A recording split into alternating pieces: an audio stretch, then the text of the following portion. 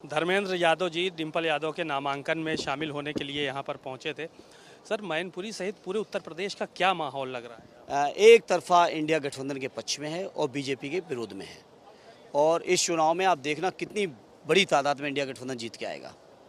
कितनी सीटों की उम्मीदें लगाए बैठे हैं आप? अभी कुछ कहूँगा तो जल्दबाजी होगी। ऐतिहासिक जीत होगी और इतनी बड़ी तादाद में होगी कि यूपी से ही बीजेपी जाएगी और यूपी की दम पे ही इंडिया की सरकार बनेगी। लेकिन जो सत्ता पक्ष के लोग हैं वो इस बात को कह रहे हैं कि जब मायावती के साथ गठबंधन था तो बहुत कम सीटें आई हैं। अब की कांग्रेस तो यहाँ ख़त्म पार्टी है, अब की क्या हाल होगा? देखिए, अब बीजेपी की सब बातों पर लोग विश्वास करना बंद कर गए। बहुत झूठ की हांडी चढ़ गई, बार बार झूठ की हांडी चढ़ गई। 2 करोड़ रोजगार की, 1.5 गुना समर्थन मूल्य की, किसानों की आमदनी दूनी की, डॉलर रुपए की वैल्यू बराबर करने की, देश नहीं बिकने दूंगा का नारा की। बहुत झूठ की हांडी चढ़ चुकी है अब जितनी चढ़नी थी।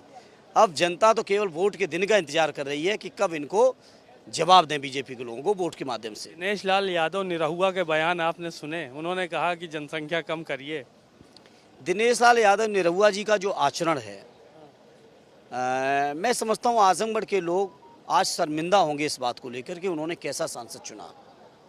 उनके कई वीडियो चल रहे हैं, आपने भी देखे होंगे, हमने भी 1-2 देखे हैं, आपके चैनल पर भी चल रहे हैं और आपके चैनल के माध्यम से मैंने भी देखे हैं। जिस तरह से जनसंख्या को लेकर उन्होंने बयान दिया, जिस तरह से वो अपने गुरुजी के यहाँ पहुँचे हैं, कई वीडियो देख रहे हैं। इन सब चीज़ों को देख के मैं समझता हूँ कि आजमगढ़ के लोग शर्मिंदगी महसूस कर रहे होंगे कि आज उन्होंने कैसा सांसद चुना। जहाँ पे स्वर्गीय चंद्रजीत जी जैसे, स्वर्गीय रामनरेश जी जैसे, सद्य नेताजी जैसे, आदरणीय अखिलेश जी जैसे लोग सांसद रहे हों, उस पद पर कैसे व्यक्ति को बैठ गया। क्या मानते हैं आप निरहुआ जी को? मैंने कई बार कहा, आजमगढ़ के लोगों के बीच भी कहा, मैं आज फिर दोहराता हूँ, वो एक कलाकार हैं। उनको बीजेपी ऑफिस से स्क्रिप्ट दी जाती है, लेकिन अब निरहुआ के जो स्क्रिप्ट राइटर हैं वो आउटडेटेड हो चुके हैं। उनके पता ही नहीं वो क्या चल रहा है इस समय, क्या कह रहे हैं, क्या लिख रहे हैं और क्या वो पढ़ रहे हैं।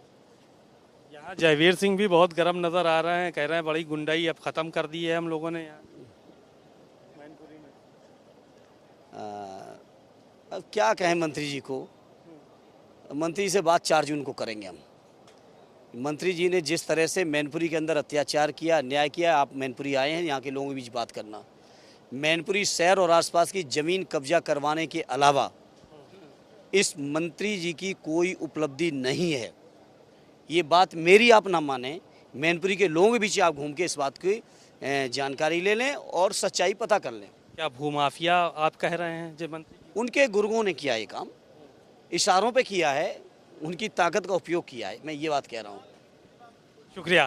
धर्मेंद्र यादव जी हमारे साथ थे, उन्होंने बहुत सारी बातें कही और कहा कि जयवीर सिंह के गुर्गे ज़मीन कब्जा कर रहे हैं और दिनेश लाल यादव निरहुआ को सांसद वहाँ के लोगों ने चुना, तो ये उन लोगों की जो है वो शर्मिंदगी महसूस कर रहे होंगे आजमगढ़ के लोग।